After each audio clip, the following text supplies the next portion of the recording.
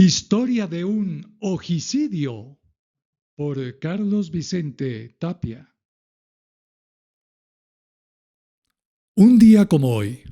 12 de febrero, pero de 1976, es decir, hace 50 años, un amigo colombiano se encontró en el Palacio de Bellas Artes de la Ciudad de México con un amigo peruano. Lo iba a saludar cuando de pronto el amigo peruano, ¡suácala!, le asestó tremendo recto al ojo. El amigo colombiano se llamaba Gabriel García Márquez y el amigo peruano, Mario Vargas Llosa. 12 de febrero de 1976. El golpe que le dejó en el ojo fue obra del autor de quien antes había sido su gran amigo y uno de los más grandes y profundos estudiosos de su obra, tanto que la había materializado en una obra denominada García Márquez, Historia de un deicidio, publicada en 1971. 5 años después, bien podríamos decir que el propio Vargas Llosa con este acto crearía una historia de un ojicidio.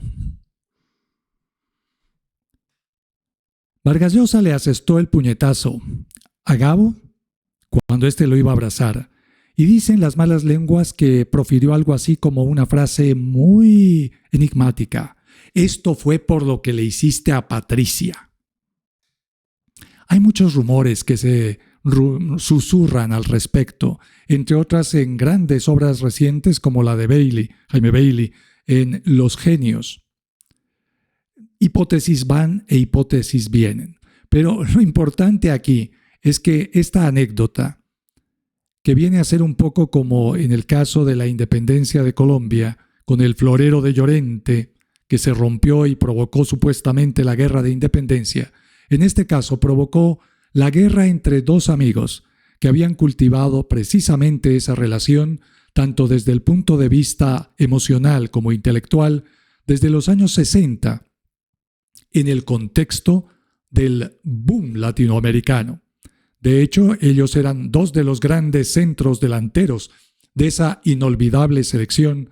de escritores e intelectuales de nuestra América que habían impactado no solamente al lector latinoamericano, sino al mundo entero en los años 60 y 70 del siglo pasado. Hay muchas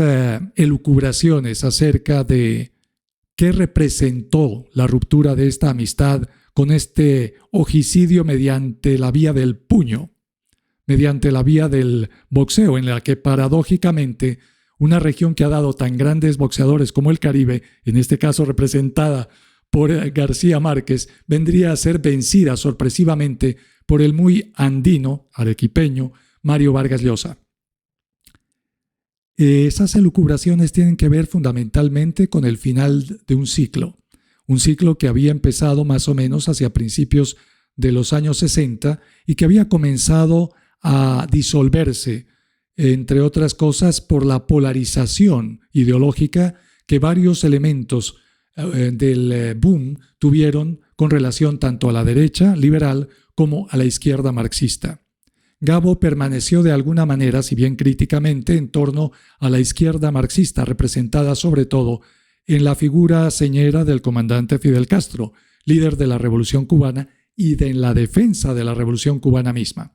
Por su parte, Vargas Llosa, junto con otros como Octavio Paz, se irían decantando más hacia la derecha liberal, sobre todo en los años 80, aunque también es cierto que criticarían ampliamente todo tipo de dictaduras perfectas, bien sean de un partido como el comunista o de un partido como el PRI mexicano, cosa que haría como una especie de nuevo puñetazo en el ojo de la propia dictadura mexicana en aquel célebre Congreso de Intelectuales de agosto de 1990. Vargas Llosa viene a representar posteriormente una novelística que hunde sus raíces en la crítica tanto a los eventos autoritarios de su Perú natal como a los eventos autoritarios también de numerosos países de América Latina, como por ejemplo la dictadura perfecta en un discurso, en este caso televisivo, o también novelas, por citar solo un ejemplo, maravillosas como La fiesta del chivo. Igualmente su experiencia como candidato presidencial, El pez en el agua, la experiencia fue en 1990, aunque el libro se publicó 3 años después. Opositor también a la dictadura, es así, bastante imperfecta del tándem Fujimori-Montesinos.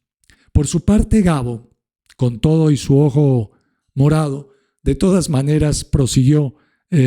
mostrándonos una mirada distinta desde la perspectiva, no digamos tanto de izquierda marxista, pero sí progresista, ampliamente creativa, la propia de un realismo mágico como la que surge en el Caribe,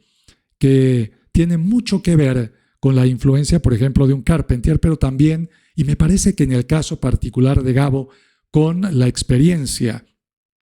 de la creatividad compartida y la amistad es así muy fiel con un hombre gigantesco de la literatura mexicana como Juan Rulfo. De hecho, leer 100 años de soledad, para quienes estamos un tanto en cuanto empapados, no solamente de la literatura mexicana, pues quien esto habla es mexicano, aunque de madre colombiana, pero tiene la posibilidad uno de compartir esa profundidad más allá de lo estilístico y entender la vivencia narrativa, el eco de la tierra que hay, por ejemplo, en El Gallo de Oro o en El Llano en Llamas, o ni qué decir de Pedro Páramo. Yo incluso capto, ahora que mencioné la palabra ecos de Pedro Páramo en los José Arcadios y toda su saga de los Buendía, obviamente asociada al tema fundamental, al núcleo esencial de la vida caribeña que retrata en ese Magdalena mágico donde Aracataca se vuelve Macondo en La pluma maravillosa de Gabo. Ese golpe, pues, del 76 vino a hacernos notar una especie de apertura a otras perspectivas. Fue como si nos moviera el ojo interior para comprender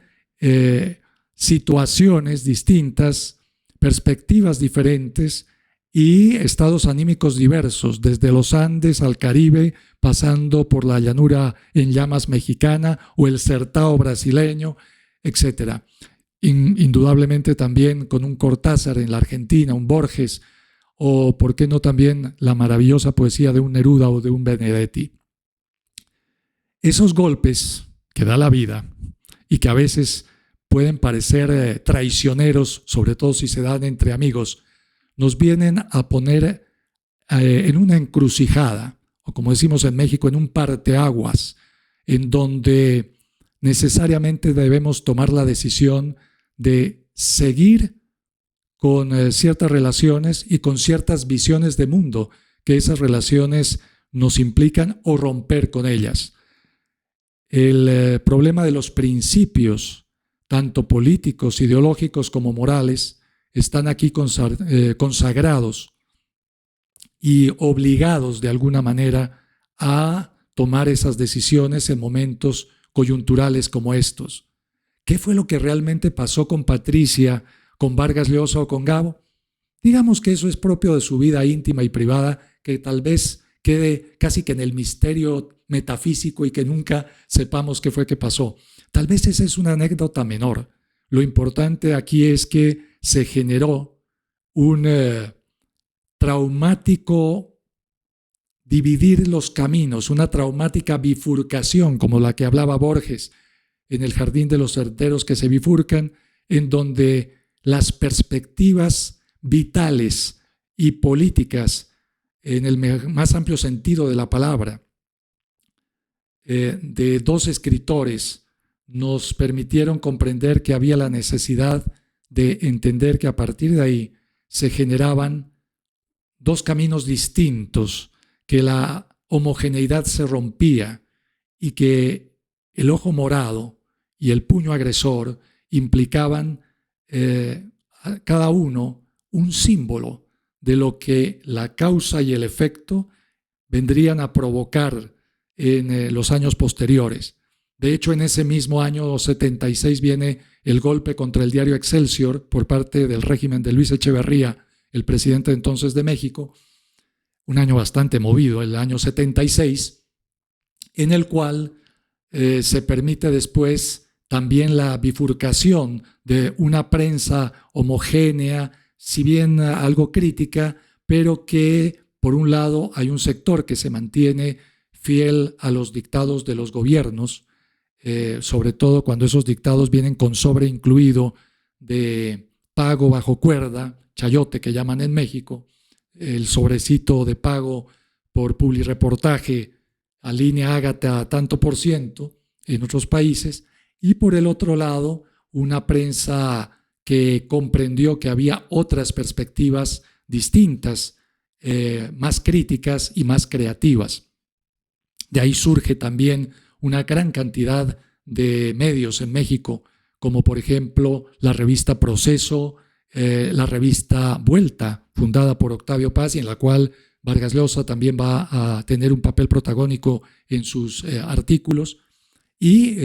revistas como Nexos, etcétera, en donde se plantean, por un lado, abiertamente la continuidad del pensamiento crítico en torno al logro filantrópico que es el Estado, y por otro lado, un cierto neoliberalismo ideológico que plantea el cuestionamiento de las dictaduras institucionales, pero no de las dictaduras corporativas, que sobre todo tendrían su correlato en el consenso de Washington unos 13 años después de este golpe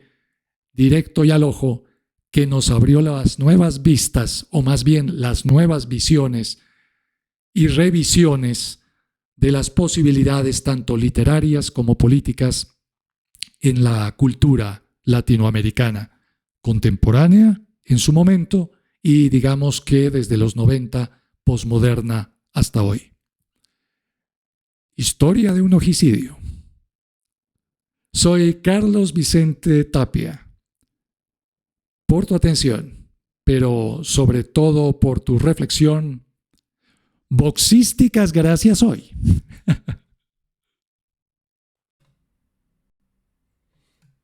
Si te gustó, suscríbete